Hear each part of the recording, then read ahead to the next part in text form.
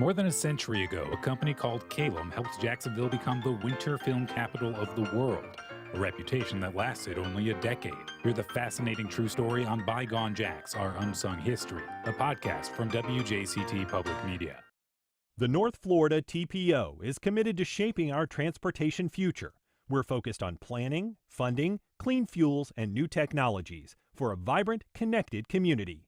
Learn more at northfloridatpo.com. Baptist Health is a proud supporter of First Coast Connect. Baptist Health, committed to building a healthier community for all of us. More info at 202-4YOU or baptistjacks.com. This is WJCT News 89.9 Jacksonville. Up next, national and local news from NPR and the WJCT News team.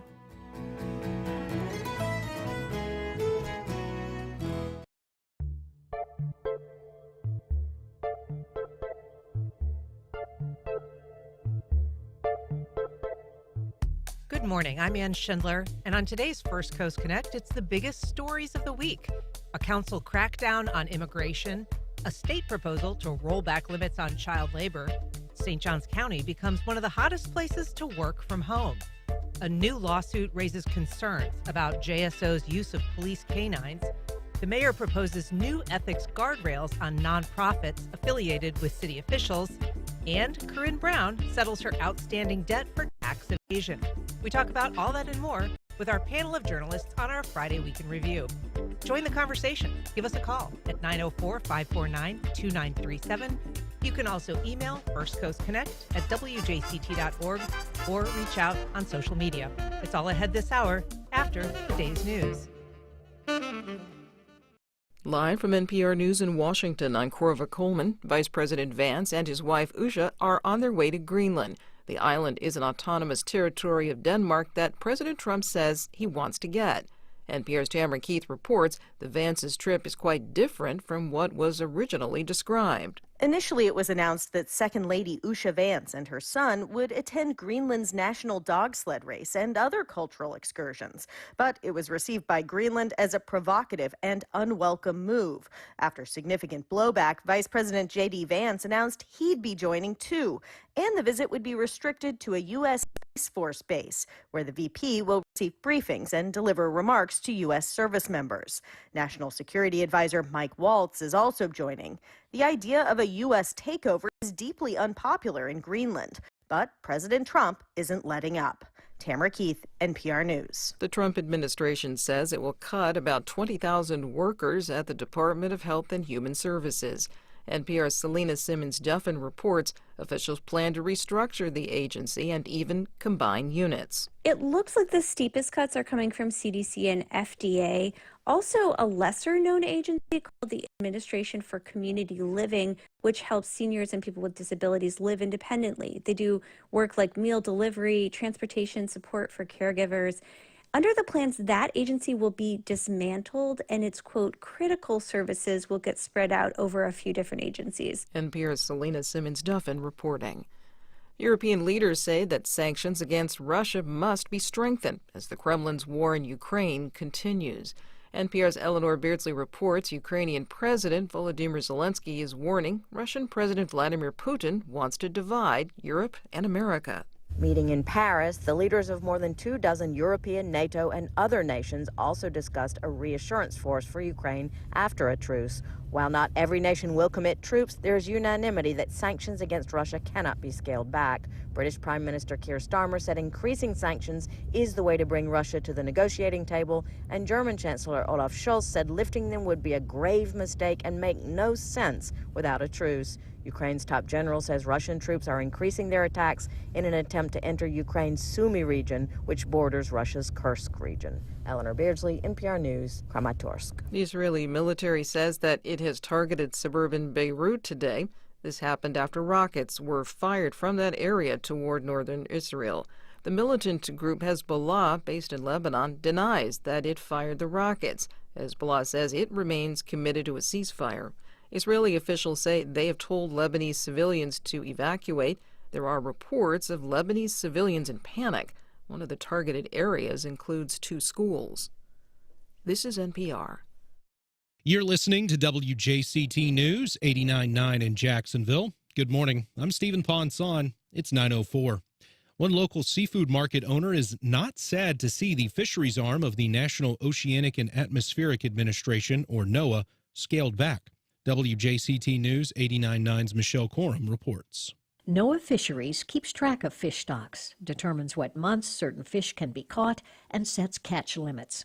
Last month, the Trump administration fired more than 160 fishery employees. Gerald Pate, who owns Safe Harbor Seafood Market in Mayport, says that made him smile. If they lay NOAA off, it won't bother the fishing industry. It may bother the weather people. It may bother, there's a lot of things that they do, but the fishing industry will applaud that.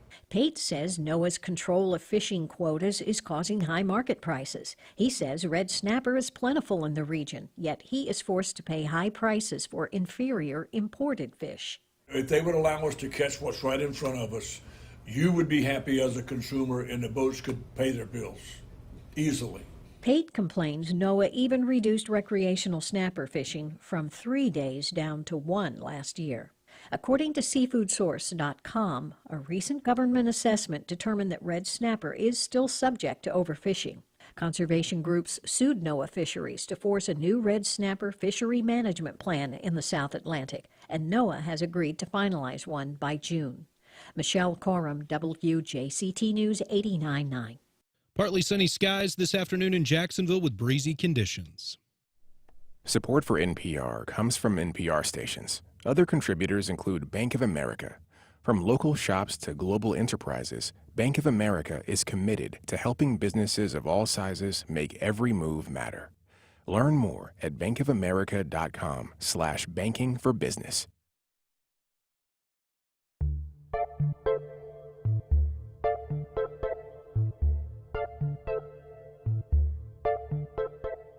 Support for First Coast Connect is provided in part by Baptist Health and North Florida TPO. Opinions expressed on the First Coast Connect Week in Review are those of our panelists and do not reflect the views of WJCT News 89.9. Good morning. I'm Ann Schindler, and it's Friday, which means it's time for our First Coast Week in Review. Among our topics, the Jacksonville City Council approves an immigration crackdown. A second lawsuit says JSO is using excessive force with police canines. The state legislature considers dialing back child labor protections. The St. Johns County community experiences the benefits and costs of being a remote work magnet. And as my guest David Bauerlein reported, Congresswoman and convicted felon Corrine Brown paid off her debt to society. To talk about all that and more, I'm joined by David Bauerlein himself, Metro reporter at the Florida Times-Union. Good morning, David. Good morning, everybody. Tricia Booker, author and journalism professor at the University of North Florida. Good morning, Tricia. Good morning, Ann. Jack Webb, attorney and former president of the Jacksonville City Council. Hi, Jack. Hey, good morning. Thanks for having me back. Thanks for being here. And St. Johns County reporter Noah Hertz of Jacksonville Today. Morning, Ann. Hi, Noah. Nice to have you. Let's start, if we can, with this bill to enact some immigration enforcement law here in Jacksonville. The City Council approved what was called the Jacksonville Illegal Immigration Enforcement Act. It was approved 12-5. David Bauerlein, I think this is one of about 50 stories that you've covered this week for the Florida Times-Union. Your byline is everywhere all the time. But catch us up on what this bill provides for. Well, it's the first in the nation to do a local law against immigration, and basically says that if somebody enters or lives in Jacksonville while they are in the United States illegally, they can be arrested and put in jail for a 30-day sentence or a 60-day sentence if it's a repeat offense. So it's really an attempt to kind of do what some states have done in terms of trying to create their own illegal immigration laws or enforcement laws and do it at a city level. So it was a 12-5 vote. The mayor has still not decided whether she will sign or veto the bill. So that's what's next to wait for. And what has been the argument in favor of this legislation? Why is it needed? So the argument for why it's needed is that it's just another tool for the sheriff's office in order to identify and punish people who are here in the country without authorization. And so that has been the gist of the argument, that there are, when you have people here in the city who are here unauthorized or undocumented, that there are crimes that are committed. If those people aren't here, then ergo the crime isn't committed. So it's viewed as a public safety measure. That's been the argument for it. And also the idea that it also reinforces what the state is doing at the state level and what President Trump is doing at the national level. Right. And so that's the argument in favor. And Tricia, there have been some concerns from people who've objected to this, noting that there are people who lack legal status, but are kind of in the pipeline, perhaps waiting for a court appearance or some other judicial process, but would be technically illegal, kind of in quotes, under this provision. Well, the immigration advocates and the attorneys I spoke with said that there are actually more reasons against this bill than there are for them. That it is completely performative. That all of the everything that the law calls for is already in effect. We already Jacksonville Sheriff's deputies already have the right to arrest people who are here on an unauthorized basis. In addition, we have a state law that says that if you come in to the state, you are subject to a 9-month jail sentence. So is it like you come into the state and if you don't get caught, you come into Jacksonville and then you only get 30 days? It seems like it's labeling people illegal and then like you're more illegal and then you're even more illegal.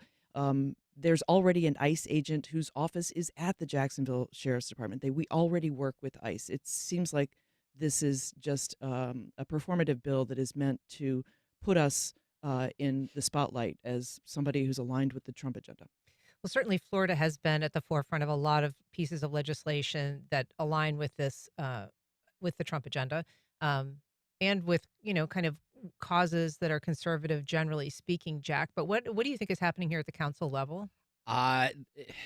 This is an onion bill. I mean, you start peeling it back, and there's just more and more layers there, both, as you were just saying, with regards to the purpose of this thing. Where does one start? I mean, this is like this is a problem. This is a solution looking for a problem. This is more or less a funding bill, right? A funding bill that bolted on this 30, 60, 90-day jail sentence requirement, which is a question of whether or not this is even enforceable under Florida law. But, the whereas provisions of this, City of Jacksonville experienced serious and deadly criminal violations committed by illegal immigrants. All right. So what does that mean? You're going to throw them in jail for 30 days? I just don't understand what the purpose of all of this is, aside from perhaps the purely political side of it, potentially. That is, I mean, I'm sure you all heard the state attorney general was saying yesterday in St. Johns County that if the mayor didn't sign this bill, that the governor would consider removing her under Florida statute, whatever, 112.51. Okay.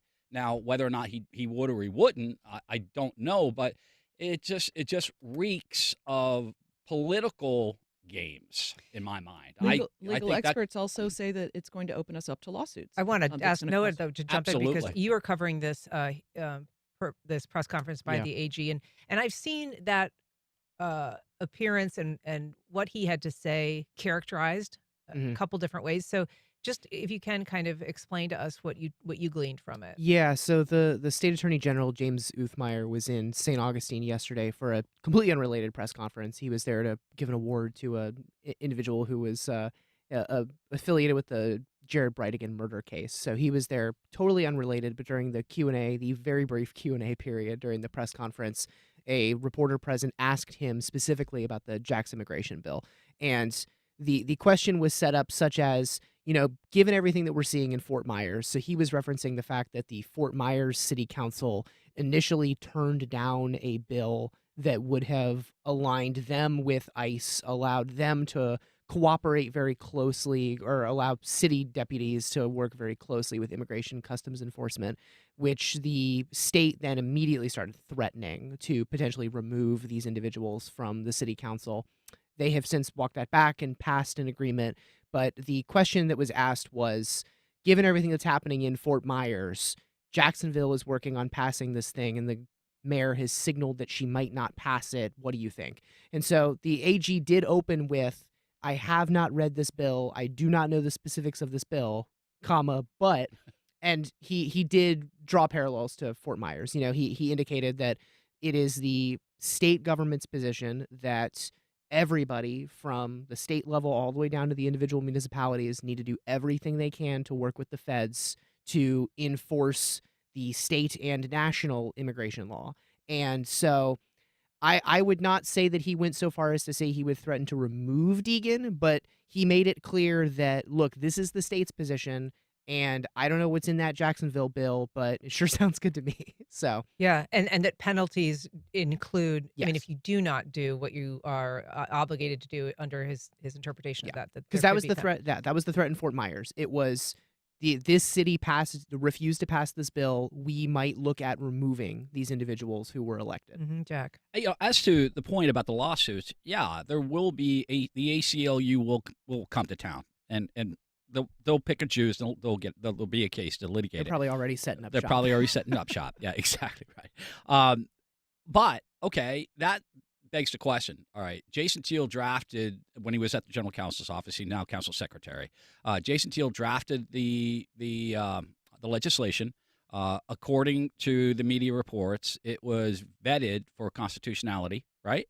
And so the general counsel's office said, or at least Jason did, somebody did, that they took the opinion, and someone at JSO, an attorney over there, said it was constitutional as well. If I'm the mayor, I'm going to say, hey, listen, all right, general counsel's office, I want to see the memorandum of law that you provided to me with all the citations to authority that defends that supports the constitutionality of this. I want to see it. If it doesn't exist, then go create it. I want to see it before I make any decisions. But if I were assuming it's even constitutional, and I don't know it is, but she doesn't have to veto it. She doesn't have to sign it. If she vetoes it, it's probably going to be overridden, right? It passed 12-5. So that said, she didn't have to sign it either. She could just let it lay in her desk for 2 weeks, becomes operational by just operation of law. So yeah, David. That's good. So if I can just follow up real quickly and what Noah was talking about. I mean, I listened as well to the news conference and what the Attorney General's comments were. I did not have a takeaway that he's going to, that he had a threat that he was going to remove Deegan from office if she vetoed the bill. And the reason is, first of all, he said he hadn't read the bill in detail, so he really wasn't in a position to make a real analysis of it. And he also kept saying over and over again that the state law says that local government has to comply with federal law and helping the federal government enforce federal law. He said that over and over again. And this is the point we made earlier. This bill that was passed by council has nothing to do with enforcing federal law. They're already helping the ICE enforce federal law in Jacksonville.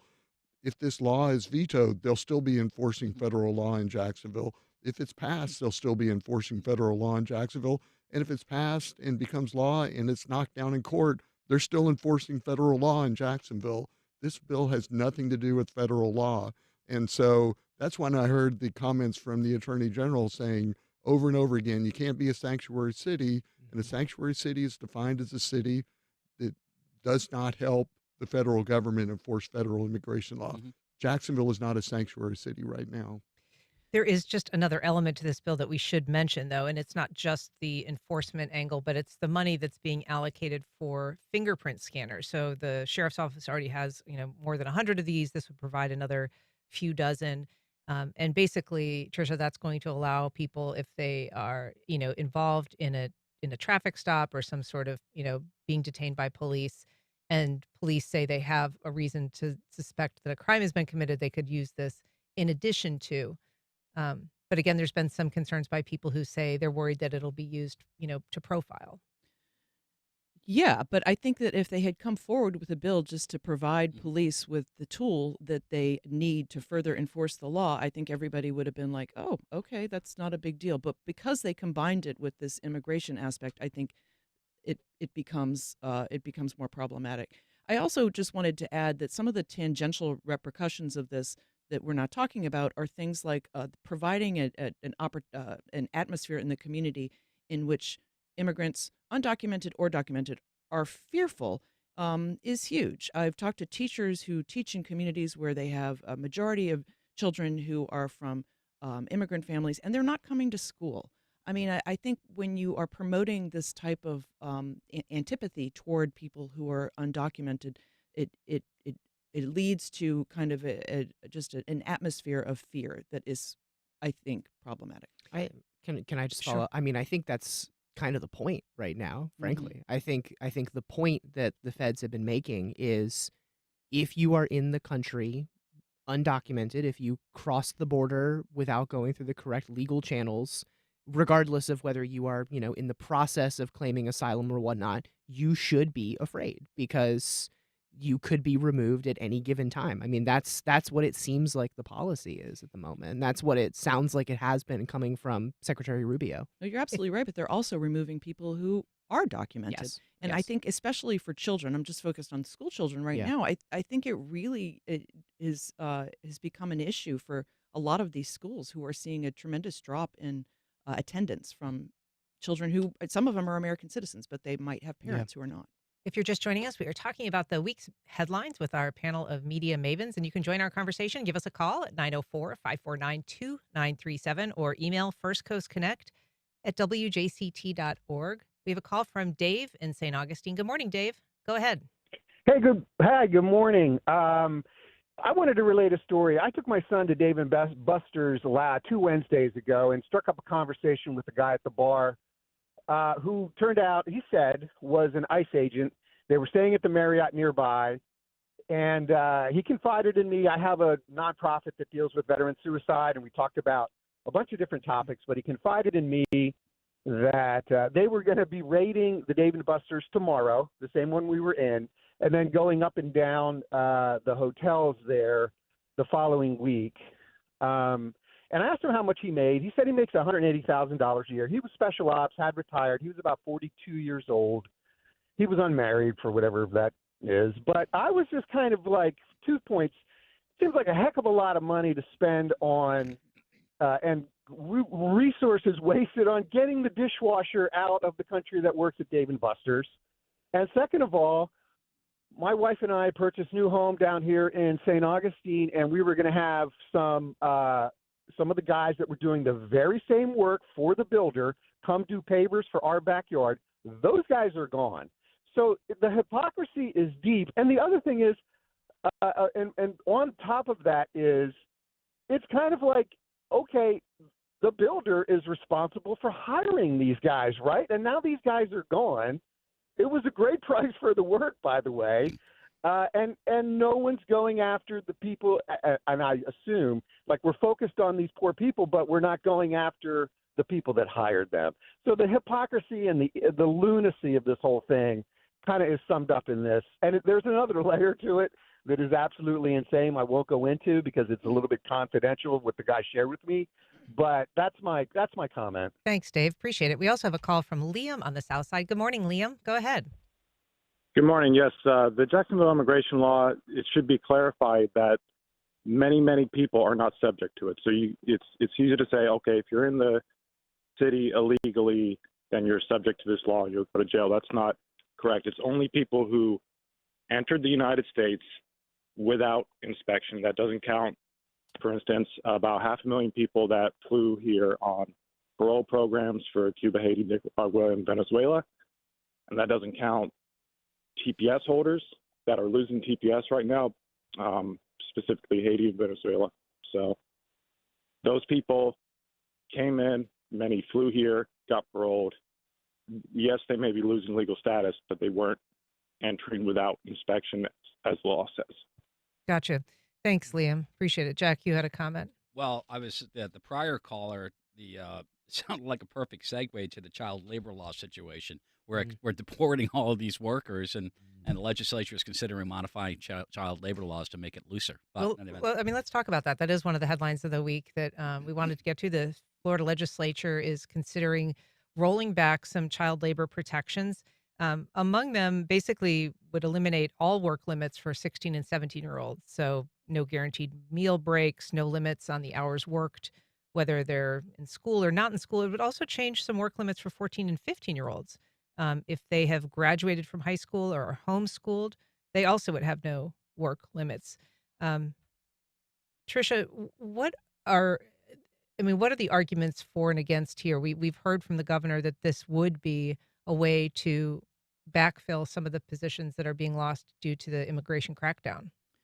Yes, but I think the way the governor describes it, it's apples and oranges to reality. I mean, I saw the governor said, "What's wrong with a 16 or 17-year-old working a part-time job? That's how it was when I grew up."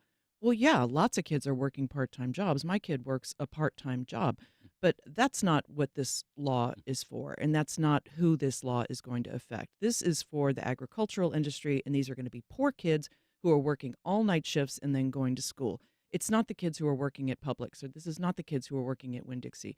So they lifted a lot of the restrictions last year, and now for 16 and 17-year-olds, they're basically taking away all child labor restrictions.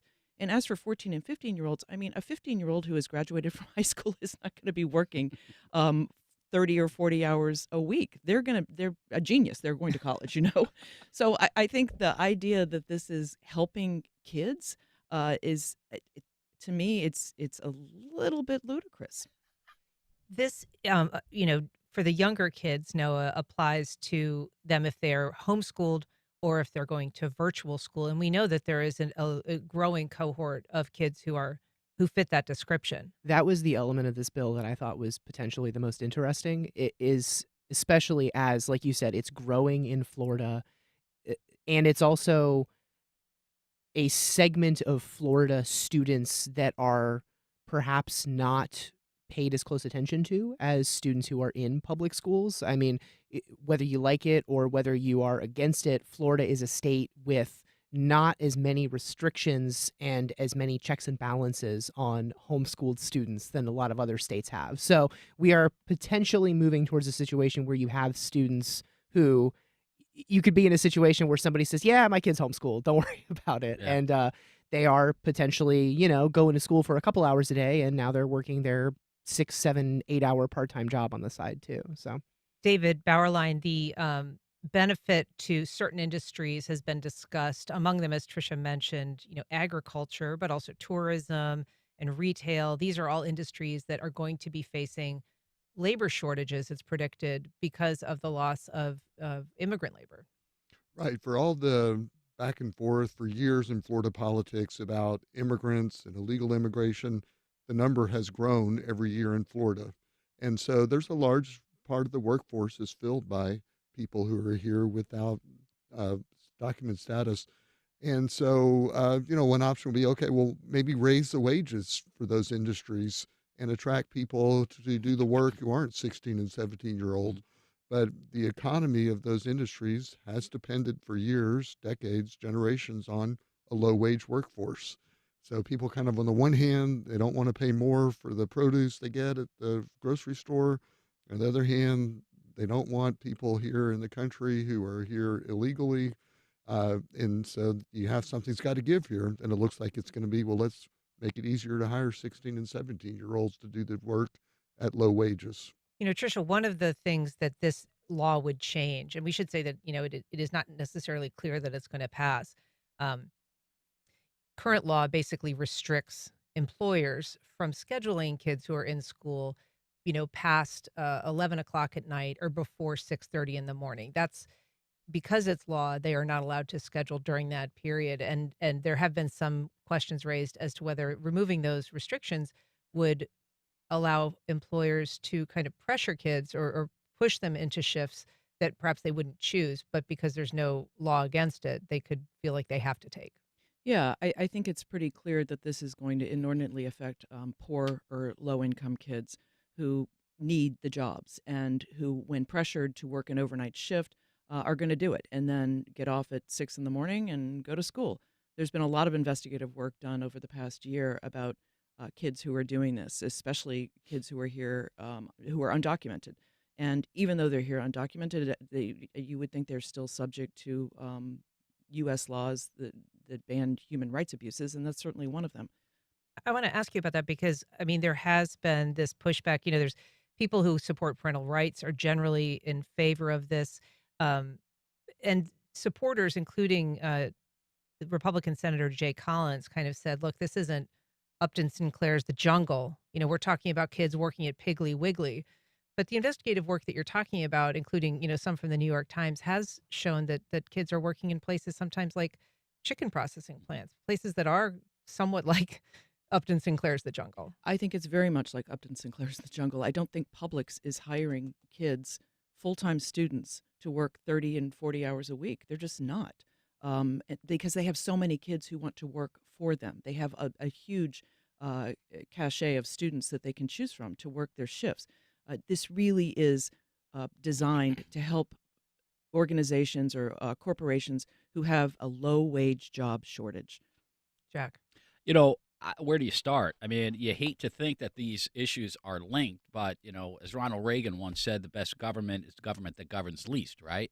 What was the purpose of this bill? If it's not broken, why fix it, right? So you have to assume that you're absolutely correct. I mean, the downside of this is no regulation. Again, it takes away all restrictions for a 16-year-old. So, like you say, you got to work the graveyard shift. If you refuse, I'm going to put you on a schedule. You don't show up, you're fired. You lose a job. So you're going to work it. And you say you get out at 6, you go to school. No, you don't. You don't go to school. You're going to blow it off. Yeah. So that's what we're doing here in the state of Florida. Hopefully, it does not pass the legislature. And I think the whole parental rights thing is valid. Parents should have a right to give kids permission to do this, but those aren't the kids we're talking about. These are not kids who are at the ones who are going to be really kind of abused or oppressed by this law are not kids with a stable home life who have plenty of opportunity. These are kids with limited options. If you're just joining us, I am talking to David Bauerlein, Jack Webb, Tricia Booker, and Noah Hertz about the week's big headlines, and you can join our conversation. Give us a call at 904-549-2937 or email us at firstcoastconnect@wjct.org. You can also watch us on Facebook or YouTube if you want to see our live stream. I want to move on now to a story that was reported initially by the online investigative newsroom, The Tributary, a second lawsuit claiming that the Jacksonville Sheriff's Office is using excessive force in police canine attacks. Noah, this second report now is coming from a lawsuit about a man who was being arrested at a Red Roof Inn in 2021. The suit wasn't filed until 2023, but as the Tributary kind of digs into these series of cases that have been filed, they're looking at whether, as the suit says, there's an overly eager use of police dogs against civilians. Yeah, and it's the Tributary did some really good work here reporting this and digging into this lawsuit and the allegations here. I think one element that caught my eye when I was reading this investigation was that the Tributary had reached out to the sheriff's office asking for records so that they really could examine, is this an overeager usage of canines? And the JSO did not get back to them for a week. Finally did respond and said, okay, we need $35 to determine how much more money it's going to cost to pull these records for you, which, I see that as fitting another pattern of an investigation into a sheriff's office to determine whether wrongdoing is truly even happening, and then reporters being met with a stonewall of, all right, well, if you want to figure this out, it's going to take a long time and a lot of money. And that doesn't really look great for everybody involved. It's funny. I mean, while I was working at my previous job, David Bauerlein, I requested these very same records a couple of years ago because we were sort of looking into the use of police canines and, whether there was some questions about that. And that dated from a case many years prior. But the attorney in this case has asked also for 5 years of incident reports involving canines. They got an initial estimate of $35,000. So these records can be prohibitively expensive. I mean, that's why I didn't get them. But JSO isn't required to maintain a database, for instance, of police canine incidents. They are part of the record, but they're not required to separately track this information and provide it to reporters or lawyers. Well, it seems like it would be a good idea to have that available information, if not for reporters, then for JSO itself. I know that there was a story that won a Pulitzer Prize a few years ago where they basically look on a national basis at the use of these police canine dogs. And they found there was a real pattern that they were used against for low-level, nonviolent type of offenses. Sometimes the canines would attack and injure innocent bystanders. It doesn't seem to be the case in the two cases that were highlighted by the Tributary. But a canine can be an effective tool, no doubt, for police, but it is a form of a weapon. And so you would think that there would be an interest in understanding and knowing from an enforcement standpoint how they're being used, what trends are out there, what needs to be done differently in the training. So a little surprised that they don't have that access readily available at their fingertips. Or whether, these cases and the use of these dogs is in some ways opening the door to litigation, Tricia. I mean, the body cam that was released in both these cases, we should say, both of the people were not armed. They were, kind of hands in the air at the time that the dogs were released on them. And so that was kind of the initial complaint, was whether that was an appropriate response. But in this most recent lawsuit, it's a little bit jarring to watch, of course, because it is a dog attack. But what's interesting is that the man is sort of coming to police and giving himself up, and they're telling him to lay down as this dog is jumping on him, which I think would be a contraindication for most of us, if being told to kind of lay down in the face of a dog attack. And so it seems like it could make it more difficult for police to get the response that they want at that point in a situation like that, because someone might naturally resist laying down. Yeah, I watched that video. I probably watched it 10 times just with kind of increasing horror. But the guy is sitting on the edge of the bed with his hands kind of up, and the dog has his mouth on the guy's leg, and the police are saying, "Walk to me, walk to me."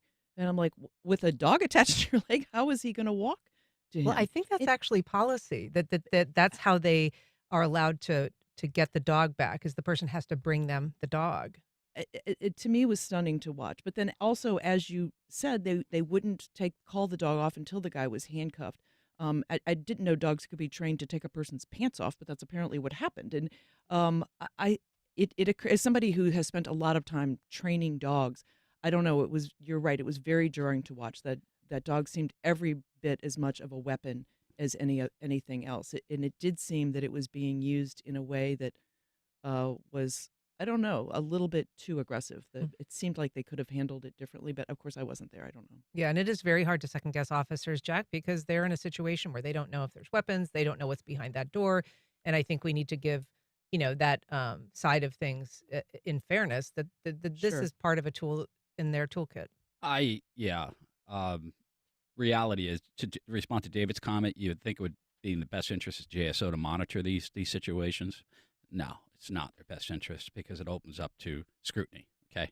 Now, the public records requesting all of this information. Okay, it's probably going to be paucity of information. It's not going to be a whole lot there. Why? Because it's not reported. That's the problem. Therein lies the problem. The police report that is prepared at the time will probably not give an accurate description of what the body cam shows. It's all about the body cam. That's the problem. Yeah.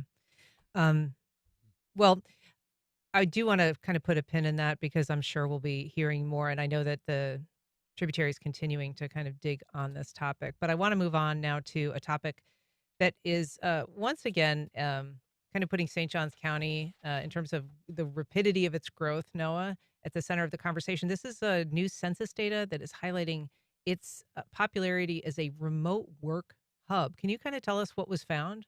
Yeah, there was an Associated Press investigation that found that the number of people who work from home in St. Johns County between 2020, I believe it was, and 2023 had tripled, which was their investigation found in part because of people who lived in other states, in other areas, moving to St. Johns County. They interviewed an individual who moved to St. Augustine specifically when their job went fully remote, and they said, I want to move to a place with maybe a slower pace of life than New York City or Chicago, and I'm going to move to St. Johns County, Florida. And whether everybody who moved to St. Johns County over the course of the last couple of years, as its growth has really exploded, did move because of the ability to work from home is, I would say, you'll never be able to know that for sure.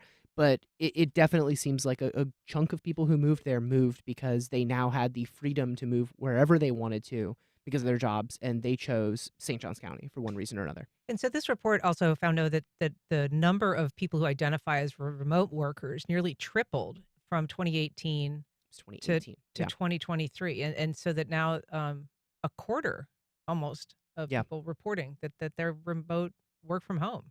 And I definitely wonder, that data is from 2023. The census moves slower than Sure. our daily lives do. I wonder whether that has changed since then or will continue to change, especially as we see a lot of businesses going, hey, rent on this building is pretty expensive. Let's get everybody to come back to the office.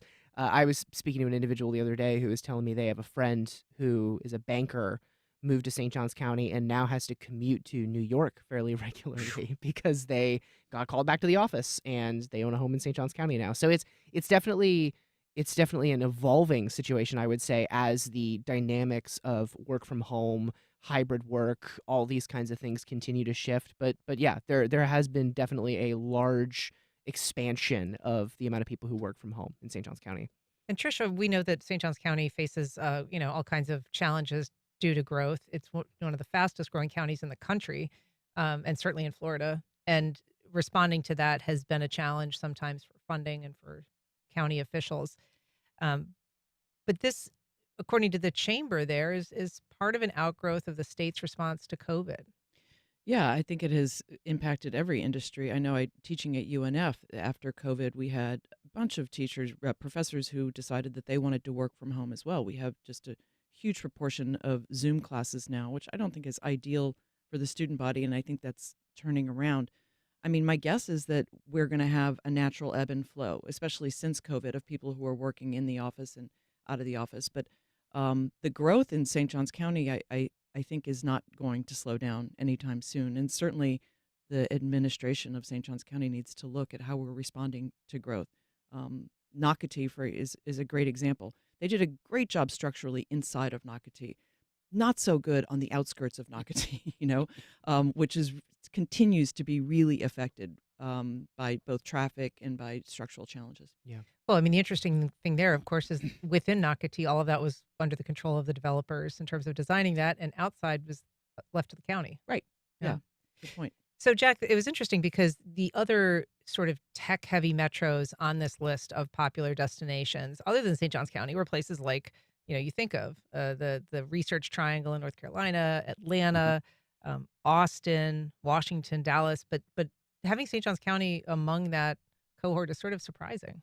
Yeah, I think so. I think a lot of it, again, it's Florida, number one. I mean, it's and I guess this truly is remote. If you're moving to a dedicated tech center, I mean, again, maybe you can looking for new opportunity, but I think these are individuals who are coming down who have, their jobs weren't outsourced. They were just, okay, you can work remotely. You can go wherever you want. You can go live in Rhinebeck, New York. You can live in St. Johns County, Florida. I'm going to go to Florida, right? So I sell my house in New York suburbs for $850,000, $900,000, whatever I can get for it. And I move to St. Johns County and I pay $425,000 for a house that last year was going for $350,000. Right. So well, that's a big thing, right? It's got a big impact. And you know what? This development in St. Johns County, all well and good for St. Johns County, but it also has a regional impact. Yeah. Sure. I live in Mandarin.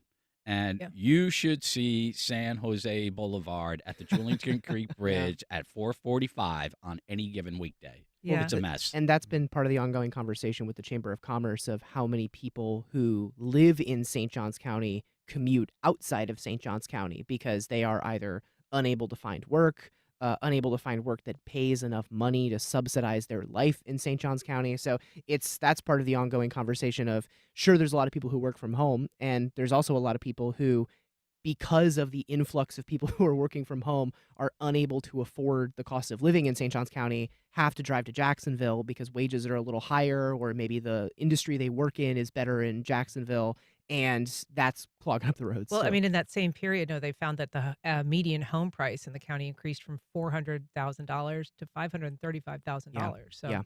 it's out of the range of a lot of people. David, I want to move on now to some new guidelines that are being proposed by the mayor governing nonprofits. And she's calling it a piece of transparency legislation, but it basically would target nonprofits who are affiliated in some way with with city or council members. Yeah, the main change would be that if a nonprofit wants to get money from the city, from taxpayers, that it would be, and it wants to get it in what's called a direct contract, which means there's no competitive evaluation, there's no bid, then they have to file an affidavit basically saying there are or are not any mayor or city council members or immediate family members of those elected officials who are either employed by the nonprofit or serve on its board. And so that disclosure then would be attached to the legislation. And then if in fact there is that family connection, then the city would open up a process for other nonprofits to put in their own proposal for that bid. So it basically just adds another layer in terms of the transparency aspect of it. Anybody will see, so-and-so has a wife or child or spouse or is him or herself affiliated with that company. And also, if there is that sort of connection, to sort of address this idea that, well, there's perception that nonprofit now is an inside track on getting that contract award, just to give other nonprofits a chance to put in their own best foot forward on it. Jack, I think some people would be surprised that there are certain contracts that are given when there's a sole source, a competitive bid process is put aside if there's only one vendor that actually manufactures the thing. But I think people would be surprised that you can also have that arrangement for nonprofits, that a nonprofit would be deemed the only provider potentially of a service. Well, the sole source contract's a little bit different. Again, because if you have a sole source like professional services or something like that, you don't have to go to a competitive bid process, right? The one particular vendor may have the requisite expertise to not have to jump through those hoops. But as far as the competitive bid process, as I was told by the esteemed general counsel at one point, was you can do anything with 10 votes. You want to waive the ordinance code with regards to the bid process, you can do it. So what the mayor is proposing, I think, is admirable. I mean, have full disclosure, and I think it's supermajority, right? 2/3. That's a good point too, Jack. Yeah, right now, right. In fact, my proposal, I would suggest do it for all no bid contracts. To the extent that it's not, why distinguish between nonprofits and profit contracts with for-profit entities. So, and I will say this as well. What's remarkable to me is that Mayor Deegan and Rory Diamond are actually aligned on this particular issue. Yeah, he supports it. It might be the only piece of legislation. Cats are sleeping with dogs. I don't know what's going on. Tricia. Why is this not a no-brainer? Yeah, right. I mean, Yeah. why would you, has there been anyone who's been in opposition to this, David? No, so far there's been nobody who's spoken out in opposition to it, and I would suspect it will pass when it gets to the city council. There may be a little bit of a sense of, we've already made changes, and council members already have to abstain from a vote. If they're directly involved. Yeah, directly involved. There was a push a few years ago that did this as well. And, it could be, maybe there'll be an argument against, the supermajority aspect of it, which is, 10 votes, we're a city council, 10 votes out of 19 votes. That's how we do things. And why place this extra burden on a particular nonprofit who is doing good work in the city, that kind of But I mean, the argument. changes that were imposed, David, were largely a response to the reporting that your paper did, which, there was a period, during the post-COVID relief funds where hundreds and hundreds of thousands of dollars were going to nonprofits directly affiliated with council members without discussion, those measures being approved after 11 o'clock at night, and very controversial, including, one particularly troubled nonprofit associated with a then council member who'd, had a history of potentially overbilling Medicaid and potential criminal charges, and none of it getting scrutiny. Right. And so that was a response to that. And there is more accountability now in the process. But to Jack's point, it's still a majority vote to waive it. And a majority vote is what's required to pass the legislation in the first place. So it doesn't really add anything to the requirement in terms of convincing a supermajority of council that this is the right thing to do. And so I think from that standpoint, it's just going to shine more light on the process and maybe create a little more attention. And also, I'm not sure that this will or won't be an impact, but it also would, by having it where there's this requirement that you open it up, it could potentially, slow things down a little bit, which, it wouldn't be like emergency votes on stuff where it's like, we got to vote tonight. And, oh, by the way, this is a direct contract to somebody who is also serves on city council. Yeah, just about 30 seconds, Noah, but I would think that there would be receptive public anyway to the idea of greater transparency. I think especially in a week where one of the decisions that city council has made and the mayor might make has gotten the state's attention on Jacksonville. I think this is a slam dunk. It sounds like it's a transparency measure. Counseling Group is a team of therapists, psychiatrists, and counselors available to help with life's mental health challenges. Everyone needs help sometimes. More information can be found at jacksonvillecounseling.org. Terrell Hogan Law. I'm Wayne Hogan. One texter call can wreck it all. Learn more through distracted driving presentations for teens and the workforce. Arrive alive. Let's end distracted driving. More at terrellhoganlaw.com.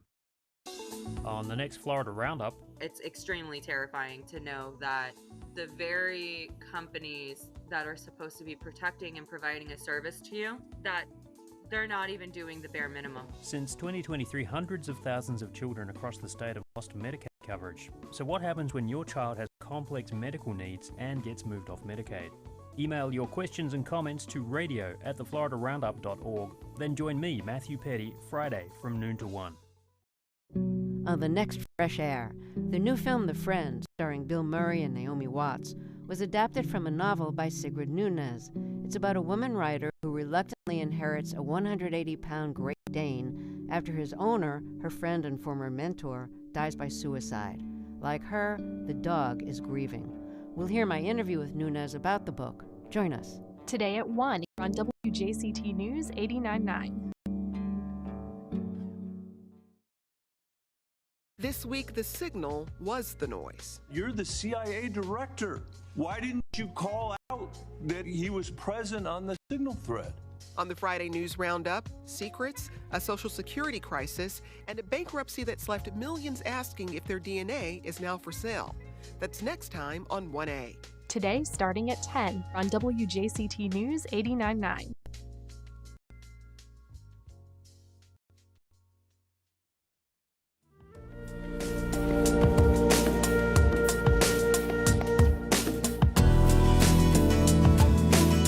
Welcome back.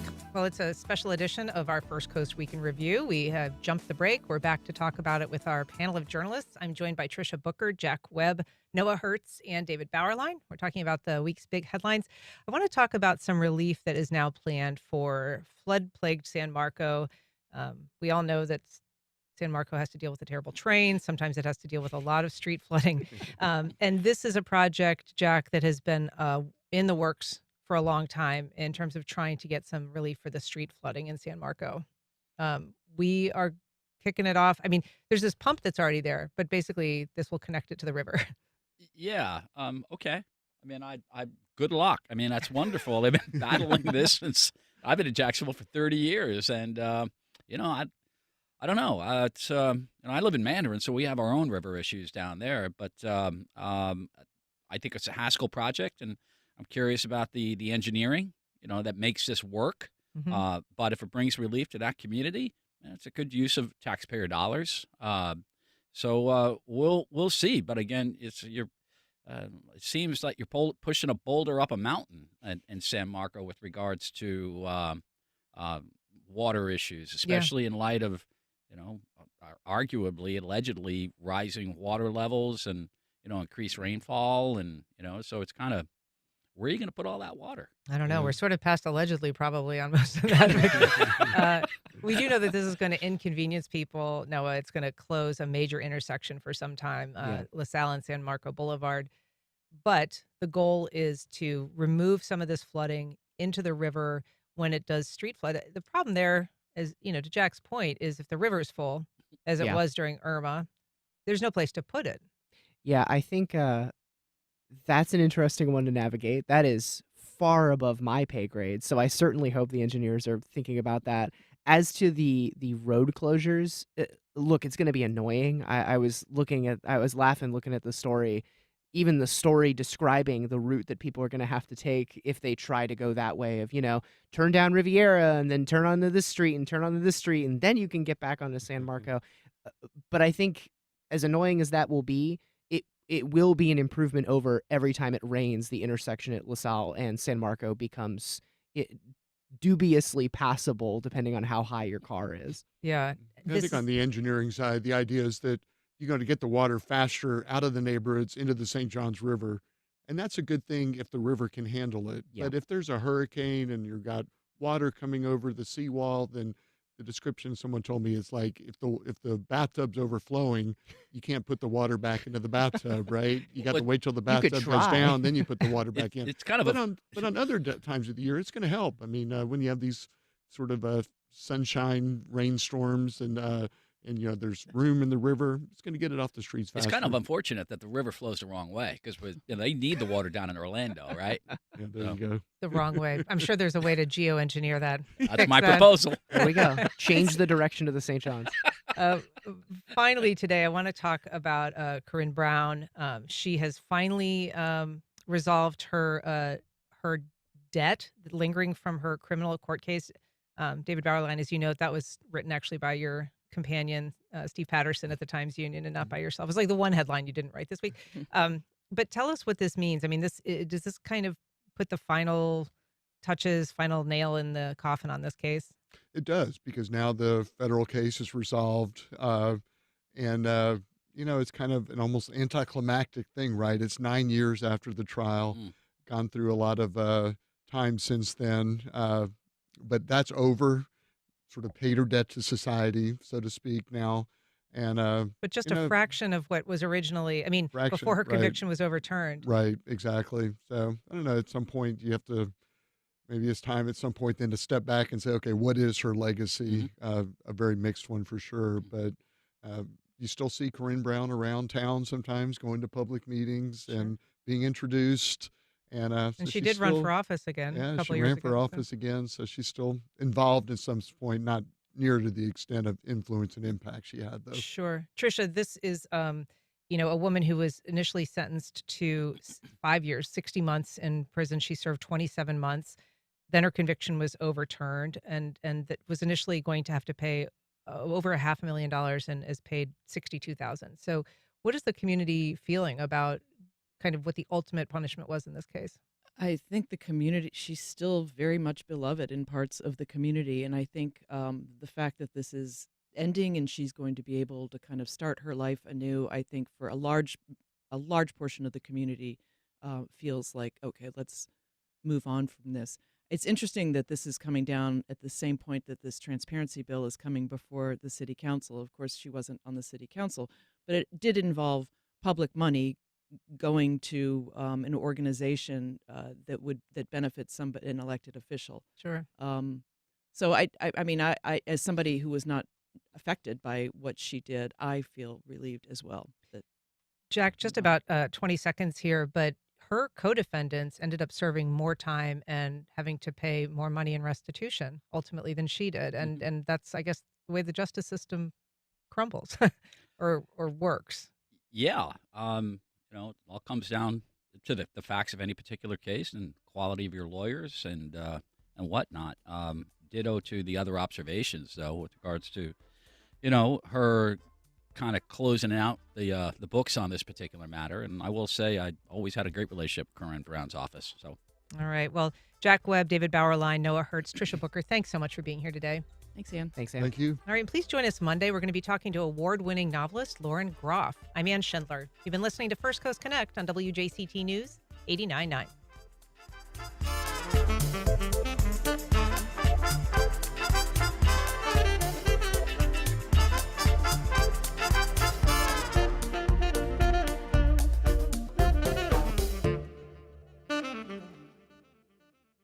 Support for First Coast Connect is provided by Baptist Health and the North Florida TPO.